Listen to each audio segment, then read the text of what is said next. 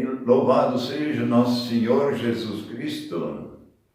Estamos iniciando a preparação para o terceiro domingo da Páscoa.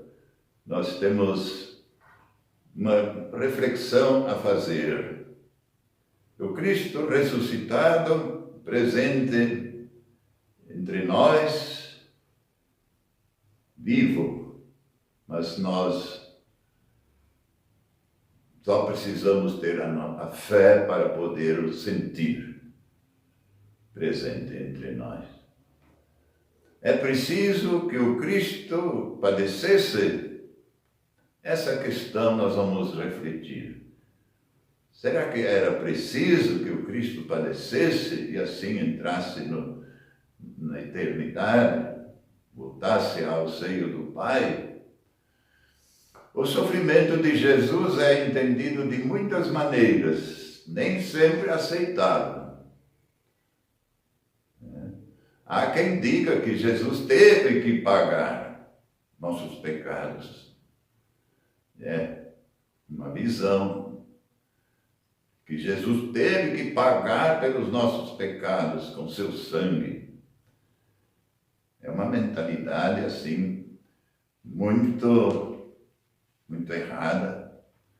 Mesmo se é verdade que o sofrimento de Jesus nos resgatou, não é porque Deus exigiu de Jesus sofrer, que ele pagasse com seu sangue a nossa dívida. Seria injusto e cruel. Os homens é que castigaram Jesus, mas Deus o reabilitou. Deus Pai fez justiça. Não concordou com a humilhação que o povo, que nós o colocamos na humilhação. Ele o ressuscitou para demonstrar que Jesus tinha razão. E tudo o que fez estava certo. É isso mesmo. Jesus tinha razão. Aquele que conduz a vida, vós o matastes, disse Pedro. Lá em Pentecostes, quando Pedro tomou a palavra e falou para o povo, depois que o Espírito Santo desceu sobre os apóstolos e Maria, reunidos no cenáculo. Mas Deus o ressuscitou dentre os mortos. Era preciso que o Cristo padecesse, diz o Evangelho. Não porque Deus o desejava, mas porque as pessoas o rejeitaram e o fizeram morrer. Mas Deus quis mostrar publicamente que Jesus, assumindo a morte, assim como o servo sofredor de Isaías, capítulo 52 e 53 de Isaías, era bom ler, meditar sobre esse servo sofredor. Deus quis mostrar publicamente que Jesus, assumindo a morte infligida ao justo, na Bíblia, o servo sofredor, teve razão. É isso que significa a ressurreição. Deus mostrando que Jesus teve razão. É isso que significa a ressurreição. O próprio ressuscitado cita os discípulos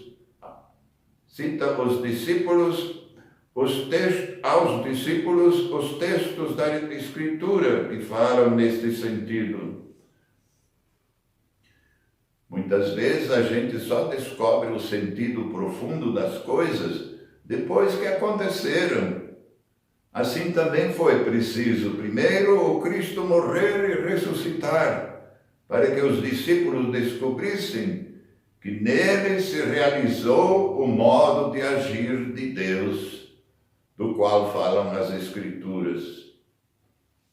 Muitas vezes o Antigo Testamento fala do justo perseguido e rejeitado, do servo sofredor, estes textos nos ensinam que aquele que quer praticar a justiça segundo a vontade de Deus há de enfrentar perseguição e morte. Esse é o caminho. Ora, esses textos, principalmente de Isaías, encontraram em Jesus uma realização inesperada e incomparável. Aquele que Deus chama seu filho morre por estar comprometido com o amor e a justiça de Deus. Em frente dessa morte, a ressurreição é a homenagem de Deus a seu filho. Deus Pai fez essa homenagem a seu filho pela ressurreição. Elevou-o até o mais alto grau. Todo joelho se dobre no céu, na terra, debaixo da terra, ao nome de Jesus. Por quê? O que foi rebaixado pelos injustos é reerguido por Deus e mostrado glorioso aos que nele acreditaram. A ressurreição é a prova de que Deus dá razão a Jesus e de que seu amor é mais forte do que a morte.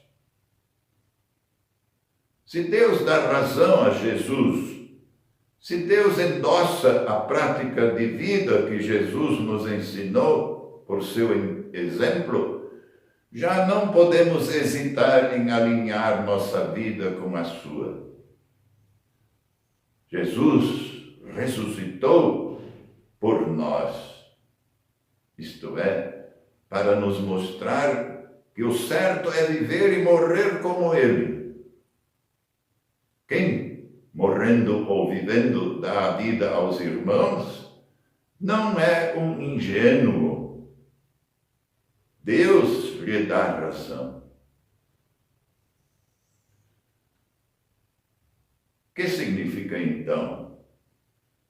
Ele é a vítima de expiação pelos nossos pecados, como nós lemos na segunda leitura deste domingo que vem.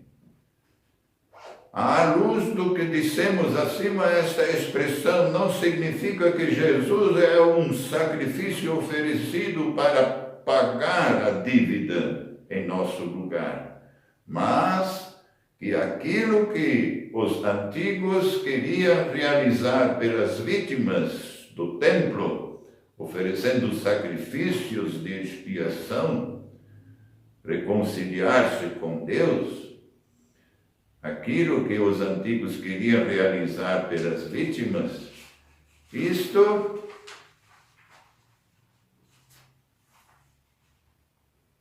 foi realizado de modo muito superior pela vida de justiça que Jesus viveu até a morte por amor. Isto foi realizado por Jesus. E na medida em que seguimos nessa prática de vida, guardando o seu mandamento, o amor de Deus se torna verdade, se torna realidade em nós. Que assim seja. Em nome do Pai, do Filho e do Espírito Santo. Amém.